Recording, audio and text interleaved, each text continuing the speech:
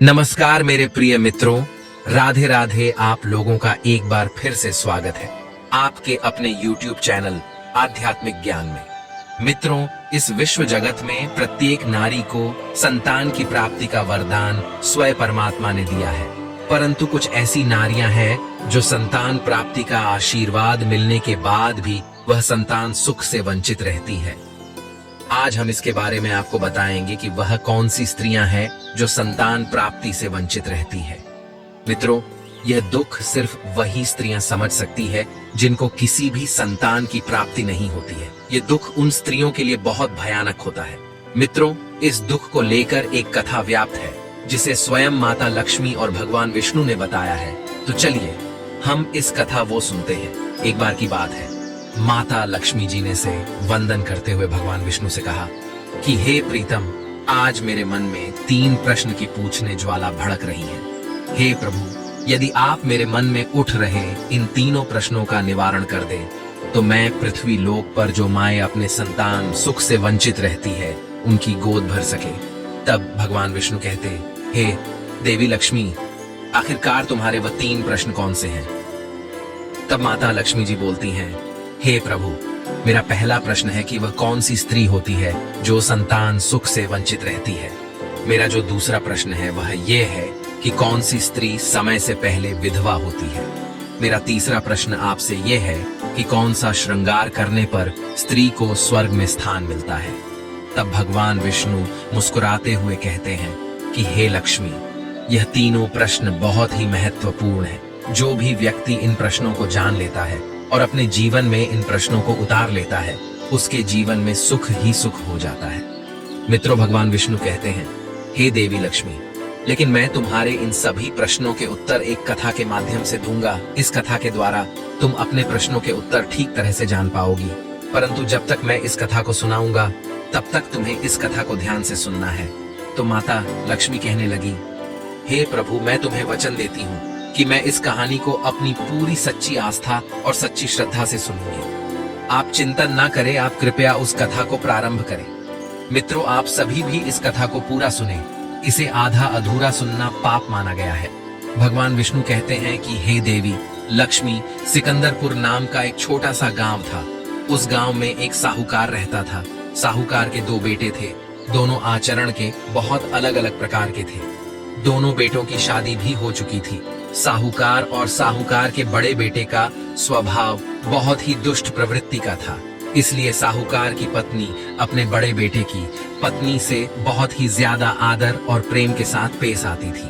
वही छोटे बेटे की जो पत्नी थी वह बहुत ही अच्छे स्वभाव की थी। वह पतिव्रता नारी भी थी। छोटी बहू ही घर का सारा काम किया करती थी। इतना कुछ होने के बावजूद भी साहूकार की पत्नी और साहूकार के बड़े बेटे की पत्नी छोटी बहू का हमेशा अपमान करती रहती थी। मित्रों, भगवान विष्णु कहते हैं कि हे देवी लक्ष्मी, साहूकार के बड़े बेटे का एक बेटा था और साहूकार के छोटे बेटे को एक पुत्री थी।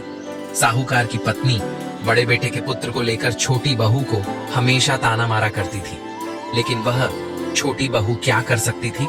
वह हमेशा ताने सुनती रहती थी और पलटकर कभी जवाब नहीं देती थी। भगवान विष्णु आगे कहते हैं, हे देवी लक्ष्मी, अब मैं तुम्हें छोटी बहू की कहानी अच्छे से तुमको सुनाता हूँ। इस कहानी को सुनकर तुम्हें तुम्हारे पहले प्रश्न का उत्तर मिल जाएगा। मित्रों, भगवान विष्णु कहते हैं कि तुम्हारा पहला प्रश्न था कि वह कौन सी स्त्री होती है जिसको संतान का सुख नहीं मिलता है। तब भगवान विष्णु कहते हैं कि उस साहूकार की जो पत्नी थी वह पहले से ही बहुत ही दुष्ट स्वभाव की थी। उसके कुटिल और दुष्ट स्वभाव से उसके घर वाले बहुत ही परेशान थे, परंतु वह किसी को कुछ कह नहीं पाती क्योंकि सब उसे उलट के जवाब दे देते थे। तब उसने अपनी सीधी साधी छोटी बहू को कुछ ज्यादा ही परेशान करना शुरू कर दिया। उस छोटी बहू को सताने में उसको बहुत ही ज्यादा आनंद आता था। छोटे बेटे की पत्नी का नाम मधुबाला था। बेचारी मधुबाला सुबह उठकर घर के काम में लग जाती थी। इतना करने के बावजूद भी मधुबाला साहूकार की पत्नी की नजर में कामचोर बन के खटकती रहती थी। एक दिन की बात है, मधुबाला घर में झाड़ू लगा रही थी। तभी उस साहूकार की पत्नी ने कहा कि तेरे हाथ में जान नहीं है क्या? जल्दी जल्दी झाड़ू लगा और देख, मैं अभी मंदिर जा रही हूँ। मेरे मंदिर लौटने से पहले घर का भोजन बन जाना चाहिए। मैं मंदिर से आते ही उस भोजन को खाऊंगी, और हाँ, साथ ही यह भी याद रखना कि अन्न का एक दाना भी बर्बाद ना होने पाए। बेचारी मधुबाला कर भी क्या सकती थी। वह अपनी सास की बातें सुनती रही, और जैसे ही उसकी सास चली गई तो सास के जाते ही सुकन्या झाड़ू लगाकर खाना बनाने लगी। जब मधुबाला खाना बना रही थी तो खाना बनाते बनाते वह सोच रही थी कि मैं इतना काम भी करती हूँ, परंतु इतना काम करने के बाद भी एक पल के लिए भी चैन की सांस नहीं ले पाती हूँ, और मेरी वो एक सांस है जो मेरे हर काम में गलती निकालती ही रहती है। मधुबाला यह सब सोच ही रही थी कि उसे दरवाजा खटखटाने की आवाज आई। मधुबाला ने सोचा कि अभी तो भोजन तैयार ही नहीं हुआ है, लगता है कि मेरी सास मंदिर से आज बहुत जल्दी ही वापस लौट आई है। मधुबाला ने दरवाजा खोला तो उसने देखा कि दरवाजे पर एक संत महात्मा खड़े हैं। मित्रों, भगवान विष्णु आगे कहते हैं, हे देवी लक्ष्मी, वह साधु महाराज मधुबाला से कहते हैं कि तेरा सुहाग अमर रहे, अगर मुझे कुछ भोजन करा दे, मुझे बहुत ही तेजी से भूख लगी है। मित्रों, भगवान विष्णु कहते हैं कि मधुबाला बहुत ही सुशील और संस्कारी बहू थी। उसने सोचा कि मैं इन संत महाराज को भोजन करा तो दूं, लेकिन यदि मेरी सास आ गई तो मैं तो मुसीबत में आ जाऊंगी। मधुबाला ने फिर कुछ देर तक विचार किया, उसके बाद के उसने उस संत को भोजन कराने के लिए अंदर आने को कहा। उसी समय मधुबाला के मन में सोच रही थी कि डरना कैसा, अगर मेरी सास आ भी गई तो और मुझसे कुछ कहेगी तो मैं उनसे कह दूंगी कि मैंने अपने हिस्से का भोजन इन संत महात्मा को दे दिया है। मित्रों, भगवान विष्णु आगे कहते हैं, हे देवी लक्ष्मी। फिर ऐसा सोचकर मधुबाला उन महात्मा को अतिथि धर्म का पालन करते हुए उस साधु को भोजन करा ही रही थी कि तभी मधुबाला की सास आ गई, और उस संत को घर के अंदर भोजन करता हुआ देखकर मधुबाला की सास का गुस्सा 7वें चरम पर चढ़ गया, और वह उस संत महात्मा से कहने लगी कि यहाँ किसी प्रकार का भंडारा या दावत नहीं चल रही है, जो कोई राह में चल रहे भीखमंगों को खाना खिला रही हो। सुकन्या ने अपनी सास को बहुत रोका, लेकिन उस दुष्ट स्त्री ने उस संत को धक्के मारकर भगा दिया। वह संत जिस थाली में खाना खा रहा था उसका खाना उठाकर फेंक दिया। उसका क्रोध अब मधुबाला पर टूटा तो उसने कहा कि अरे दुष्ट बेहुदा औरत, मैंने तुझसे कहा था कि मेरे आने तक अन्न का एक टुकड़ा भी बर्बाद ना होने पाए, लेकिन तूने ये क्या किया? तूने इतना सारा भोजन उस भिखमंग के संत को दे दिया। मित्रों, भगवान विष्णु कहते हैं कि हे देवी लक्ष्मी। मधुबाला बोली, सासू माँ, मैंने सन्यासी को अपना भोजन दिया है, इसमें आखिर इतना गुस्सा होने वाली कौन सी बात है? घर पर आए हुए मेहमानों को खाली हाथ नहीं, कभी भी नहीं जाने देना चाहिए। भगवान विष्णु कहते हैं कि हे देवी, इस प्रकार सास और बहू की आपस में तकरार चलती रही। अंत में उसकी सास ने मधुबाला को भी धक्के मार के बाहर निकल दिया। अब वह रोती रही और दरवाजा पीटती रही। उसकी सास का दिल पत्थर जैसा हो गया था। अब मधुबाला के पास एक ही रास्ता बचा था कि वह अपने मायके वापस लौट जाए। मित्रों, भगवान विष्णु कहते हैं कि हे देवी लक्ष्मी। इस प्रकार मधुबाला अपने मायके की ओर जाने लगी। रास्ते में एक घना जंगल पड़ता था। मधुबाला भूख प्यास से तड़पते हुए अपने मायके की तरफ जाने लगी। तभी अचानक से बादल गरजने लगे और देखते ही देखते मूसलाधार बारिश होने लगी। भगवान विष्णु कहते हैं, हे देवी, कि मधुबाला ने बारिश से बचने के लिए एक पेड़ की शरण ली। हवा का वेग इतना तेज था कि उसका बचना मुश्किल हो गया था। उसी पेड़ की जड़ में एक कोटर बना था। मधुबाला यह सोचकर अंदर जाने लगी कि बारिश निकलने के बाद वापस बाहर चली आऊंगी। बाहर वर्षा हो रही है और वह कोटर में छुपकर बारिश खत्म होने तक समय बिता सकती थी। है भगवान विष्णु कहते हैं, हे देवी लक्ष्मी। सुकन्या जब उस कोटर में घुसी तो उस कोटर के अंदर एक साधु प्रकट हुए। उन्होंने कहा कि बेटी, मुझे मालूम है कि तुम्हारे सास ससुर दुष्ट प्रवृत्ति के हैं और तुम्हें रोज ताना मारते हैं, क्योंकि तुम्हारी जेठानी को पुत्र की प्राप्ति हो गई है और तुम्हें अभी तक पुत्र की प्राप्ति नहीं हुई है। इसलिए तुम चिंता मत करो, मैं तुम्हें एक किताब देता हूँ। इस किताब में जो उपाय लिखे हैं, इन मंत्रों को अगर आप पूरी निष्ठा से करना, उसके बाद फिर तुम्हें एक गुणवान पुत्र की प्राप्ति होगी। इस प्रकार वह महात्मा सुकन्या को किताब देकर अंतर ध्यान हो गए। वर्षा भी बंद हो गई थी तो मधुबाला का पति उसे ढूंढता हुआ उसके पास पहुंचा गया। मधुबाला और उसका पति ससुराल नहीं गए, वह उसी जंगल में एक कुटिया बनाकर रहने लगे। मित्रों, भगवान विष्णु कहते हैं कि हे लक्ष्मी, एक दिन की बात है। मधुबाला को पुत्र का ख्याल आया कि यदि मेरे पास एक पुत्र होता तो मेरे ससुराल में मेरी भी इज्जत होती। मधुबाला ऐसा सोच ही रही थी कि उसे साधु की दी हुई किताब की याद आई। मधुबाला ने पुत्र प्राप्ति के लिए उस किताब को पढ़ा तो उस किताब में लिखा था कि स्त्री को पुत्र प्राप्ति के लिए रात्रि में पुरुष के दाएं और सोना चाहिए। इतना करने के बाद कुछ समय में बाई करवट लेने से नाक का दायां स्वर और दाहिनी करवट लेटने से नाक का बायां स्वर चलने लगता है। और जब भी तुम्हें पुत्र प्राप्ति की इच्छा हो, उस स्थिति में संभोग से पहले आपको यह जान लेना चाहिए कि पुरुष का दायां स्वर और स्त्री बायां स्वर चलने लगे। उसी समय गर्भ धारण किया जाना चाहिए। ऐसा करने से निश्चित ही पुत्र की प्राप्ति होती है। अगर कोई स्त्री इसके विपरीत नाक के स्वर चलने से पुत्री की प्राप्ति होती है। मित्रों, किताब में आगे लिखा था कि मासिक धर्म शुरू होने के 4 पहले मिलन बनाने पुत्र की प्राप्ति होती है। 5वीं रात्रि में मिलन होने से पुत्री की प्राप्ति होती है। 6ठी रात्रि में मिलन से पुत्र होता है। 7वीं रात्रि में मिलन से बंद पुत्री होती है। 8वीं रात्रि में मिलन से ऐश्वर्यशाली पुत्र होता है। 9वीं रात्रि में मिलन से ऐश्वर्यशाली पुत्री होती है। दर्शकों, भगवान विष्णु कहते हैं, हे देवी लक्ष्मी, जिस प्रकार उस मधुबाला ने 8वीं रात अपने पति से मिलन किया और गर्भ धारण किया, अब सुबह स्नान क्रिया से निवृत्त हो गई, पूजा पाठ किया। इधर मधुबाला का पति लकड़ी काटने चला गया। उसके पति के जाने के बाद एक बहुत भयंकर तूफान आ गया। अब मधुबाला की झोपड़ी उस तूफान में उड़ गई और तेजी से बारिश होने लगी। बारिश से बचने के लिए मधुबाला एक पेड़ पर पता लिख देती है और वह पत्ता उसी कोटर का था जिसमें पहले मधुबाला बारिश से बचने की छुपी हुई थी। मधुबाला ने पेड़ पर पता इसलिए लिखा था कि जब उसका पति पेड़ के पास आए तो उसको पता चल सके कि उसकी पत्नी मधुबाला उसी कोटर में जाकर छिपी हुई है। मित्रों, भगवान विष्णु कहते हैं, हे लक्ष्मी, उधर मधुबाला कोटर में आकर छुप जाती है, जो कोटर एक पेड़ की जड़ में बना हुआ था। अब इधर उस पेड़ के पास में 2 राक्षसी का निवास स्थान था। इधर तो मधुबाला बारिश से बचने के लिए उस कोटर में छिपी रही। वह दोनों राक्षसी बारिश से परेशान होकर उसी पेड़ की तरफ चली आ रही थी। फिर पेड़ के नीचे आकर एक राक्षसी कहने लगी, मुझसे तो चला नहीं जाता, लेकिन मेरा मन कर रहा है कि सोने वाले टापू पर चली जाऊं। दूसरी राक्षसी बोली, अरे बहन, इसमें कौन सी बड़ी बात है, ये पेड़ हमें उड़ा करके वहीं पहुंचा देगा जहां पर तुम्हारा सोने का टापू है। ऐसा कहकर वे दोनों राक्षसी पेड़ के ऊपर की दोनों शाखा पर बैठ गई। जैसे ही वह पेड़ पर बैठी, पेड़ हवा में एकदम से उड़ने लगा।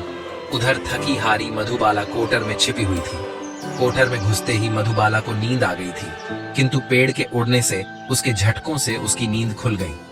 पेड़ को उड़ता देखकर वह एकदम से घबरा गई। जब मधुबाला ने कोटर से बाहर देखा तो उस पेड़ डाल पर 2 राक्षसी बैठी हुई थी। अंततः मधुबाला ने सोचा कि अभी कुछ भी करना खतरे से खाली नहीं है। उसने सोचा कि जो होगा अच्छा ही होगा। फिर कुछ देर की उड़ान के बाद में वह पेड़ एक सोने के टापू पर पहुंचकर उतर गया।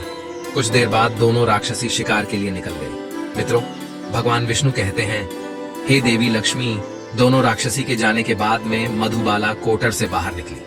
कोटर से बाहर निकलकर चैन की सांस ली। जब मधुबाला ने सोना टापू पर फैली रेत को देखा तो वह शंका में पड़ गई। उसने देखा कि रेत तो चमचमा रही है। जैसे ही मधुबाला ने रेत को हाथ में उठाया, देखा तो वह एकदम से चिल्लाने लगी कि अरे, ये तो सोने की रेत है।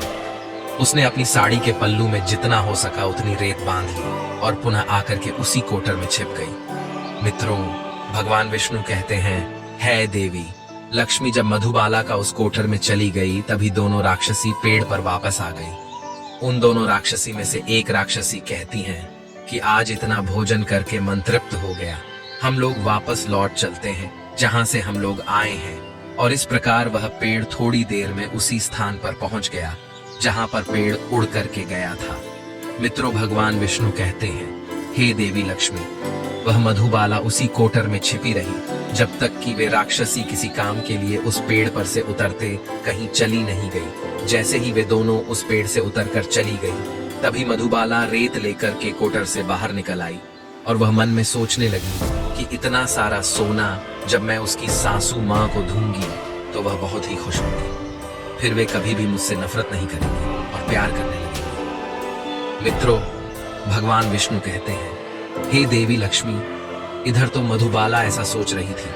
तब तक मधुबाला का पति उसे ढूंढता हुआ उस कोटर के पास आ जाता है। मधुबाला अपने पति को सारी बात बताती है और अपने पति से 7 ससुराल पहुंच करके अपनी सास से कहती है, देखो माँ, मैं आपके लिए क्या लेकर आई हूँ। ऐसा कह करके वह अपना सारा सोना अपनी सास को दे देती है। उसकी सास ने पूछा कि तुझे इतना सारा सोना कहाँ से मिला। सुकन्या अपनी सास को भी सारी बात बता देती है। मित्रों, भगवान विष्णु कहते हैं, सोना लेने के बाद उसकी सास क्रोधित होकर बोली, अरे मूर्ख औरत, तू सिर्फ इतना ही सोना लेकर आई है, इतने सोने से क्या होगा? तू चाहती तो बहुत सारा सोना लेकर आ सकती थी। सास की बात सुन करके वह मधुबाला कहने लगी, माँ, इससे हमारी 3-4 पीढ़ियों के लिए इतना सोना काफी है। तब सास कहने लगी कि अरे मूर्ख, धन भी कभी किसी के लिए काफी होता है क्या? सोना जितना हो उतना ही कम है। अब तू देख, मैं अब जाऊंगी और कितना सोना लेकर आऊंगी। मित्रों, भगवान विष्णु कहते हैं, हे देवी लक्ष्मी, मधुबाला ने अपनी सास को बहुत समझाया कि माँ, वहां मत जाओ, वहां पे खतरा है। लेकिन उस लालची और दुष्ट औरत को समझ में कुछ भी नहीं आया। उसने मधुबाला की एक बात भी नहीं सुनी। वह जाकर के उसी पेड़ के कोटर में जाकर बैठ गई और जब राक्षसी पेड़ पर आई तो वह पेड़ उड़ने लगा। पेड़ उड़ता हुआ जा रहा था और मधुबाला की सांस मन ही मन बहुत खुश हो रही थी। वह सोच रही थी कि आज मैं बहुत सारा सोना एक साथ बटोर कर लाऊंगी। मित्रों, भगवान विष्णु कहते हैं, है देवी लक्ष्मी, मधुबाला की सांस अपने मन में खुशियां मना रही थी। उसी समय एक राक्षसी कहने लगी, आज हम सोना टापू पर न जाकर मत्स्य द्वीप पर चलते हैं। मुझे मछली खाने का बड़ा मन कर रहा है। जैसे ही दोनों राक्षसियों ने हाँ में हाँ मिलाई, वैसे ही वह पेड़ मत्स्य द्वीप की ओर उड़ चला। मित्रों, भगवान विष्णु कहते हैं, हे देवी लक्ष्मी, उस पेड़ के कोटर में बैठी मधुबाला की सांस खुद पर संयम ना रख पाई और वह एकदम से बोल पड़ी कि तुम सोना टापू क्यों नहीं जा रही हो? मत्स्य द्वीप न जाओ, सोना टापू चलो। जैसे ही उस लालची स्त्री ने इतनी आवाज दी, तब दोनों राक्षसियों को लगा कि जरूर ही कोटर में कोई है। उन राक्षस ने उस लालची स्त्री को देखा तो उसे उठा करके पेड़ से नीचे फेंक दिया और धरती पर गिरते ही उस लालची स्त्री की मौत हो गई। जैसे ही उसकी मौत की सूचना उसके घर वालों को मिलती है, उस स्त्री का पति मधुबाला का ससुर मधुबाला के पास जाता है और कहता है, बेटी, मैं तो इसे पहले से ही समझता था कि तू ऐसा काम मत कर। लालच करना ठीक नहीं है और बहुएं बेटी की तरह होती हैं, उस प्रेम और स्नेह देना चाहिए। लेकिन इसने तो मेरी भी बात नहीं मानी और इसके कर्मों का फल आज इसे मिल गया। मित्रों, भगवान विष्णु कहते हैं, हे देवी लक्ष्मी, उधर मधुबाला सुखी पूर्वक से जीवन बिताने लगे। कुछ समय के बाद मधुबाला को एक गुणवान पुत्र की प्राप्ति हुई। पुत्र की प्राप्ति के बाद मधुबाला की खुशी का कोई ठिकाना नहीं रहा। वह भगवान का धन्यवाद करने लगी। साहूकार के बड़े बेटे की पत्नी, जो मधुबाला को पुत्र के नाम पर ताना दिया करती थी, जब मधुबाला को पुत्र की प्राप्ति होती है तब उसे सम्मान भी मिल गया। बड़े बेटे और बहू के दिन गरीबी में गुजरने लगे। साहूकार के बड़े बेटे की बहू मधुबाला के पैरों में गिरकर माफी मांगने लगती है। मधुबाला एक बहुत ही दयावान स्त्री थी। वह बहुत ही मधुर संबंध वाली स्त्री थी। वह अपनी जेठानी को माफ कर देती है और वह जो भी सोना लेकर आई थी उसमें से कुछ सोना अपनी जेठानी को भी दे देती है। इस प्रकार वह पूरा परिवार अच्छे से जीवन यापन करने लगा था। मित्रों, भगवान विष्णु कहते हैं, हे देवी लक्ष्मी, समय धीरे धीरे सुखी पूर्वक व्यतीत होने लगा तो साहूकार की बड़ी बहू का जो पुत्र था वह बहुत ही अवगुण था। उसने सारा धन अवगुणों में बर्बाद कर दिया और मधुबाला को जो पुत्र हुआ वह बहुत ही गुणवान था। वह अपने जीवन में इतना आगे बढ़ा कि उसने अपने माता पिता का नाम रोशन किया। जब सुकन्या और उसकी जेठानी का जीवन समाप्त हुआ तो मधुबाला को स्वर्ग की प्राप्ति हुई और मधुबाला की जेठानी को नरक की प्राप्ति हुई। मित्रों, भगवान विष्णु कहते हैं, हे लक्ष्मी, तुम्हारा पहला प्रश्न था कि कौन सी स्त्री के भाग्य में संतान का योग नहीं होता है। समझ लो कि संत के द्वारा दी हुई किताब के उपरांत में उसे संतान की प्राप्ति होती है। भगवान विष्णु कहते हैं, हे लक्ष्मी, तुम्हारा दूसरा प्रश्न था कि कौन सा गहना पहनने पर स्त्री या पुरुष की दर्दनाक मौत होती है। वह गहना है लालच रूपी गहना। जो साहूकार की पत्नी ने पहना था। इसे पहनने के कारण साहूकार की पत्नी दर्दनाक मौत हो गई। लालच रूपी गहना कभी भी नहीं पहनना चाहिए। भगवान विष्णु कहते हैं, हे लक्ष्मी, आपका तीसरा प्रश्न था कि कौन सा श्रृंगार करने पर स्त्री को स्वर्ग की प्राप्ति होती है। वह है पति रूपी श्रृंगार, यानी कि चरित्रवान और पतिव्रता स्त्री। जिस प्रकार मधुबाला मृत्यु के बाद स्वर्ग में गई, उसी तरह हर स्त्री को चरित्रवान और पतिव्रता होना चाहिए। भगवान विष्णु कहते हैं, हे लक्ष्मी, अब तो तुम्हें पता चल ही गया होगा कि वह तीनों प्रश्न के उत्तर क्या है जो आपने मुझसे पूछे थे। तब देवी लक्ष्मी कहते हैं, हे भगवान, मुझे अब मेरे प्रश्नों का उत्तर मिल चुका है। आपने जो मुझे यह मार्ग प्रदान किया है, इसे मैं संपूर्ण विश्व में विख्यात करूंगी। मित्रों, हमें कभी भी लालच नहीं करना चाहिए। लालच एक बहुत बुरी बात होती है। जैसे उस साहूकार की पत्नी के साथ हुआ, वैसा आपके साथ ना हो, आप ध्यान रखें। मित्रों, आपको हमारा ये वीडियो कैसा लगा, आप हमें कमेंट सेक्शन में जरूर बताएं। साथ में कमेंट सेक्शन में राधे राधे अवश्य कमेंट करें। इस वीडियो को उन लोगों को शेयर करें जिन्हें इस वीडियो की जरूरत है, जिनका आप मार्गदर्शन करना चाहते हैं। मित्रों, आप सभी का वीडियो यहाँ तक देखने के लिए दिल से धन्यवाद।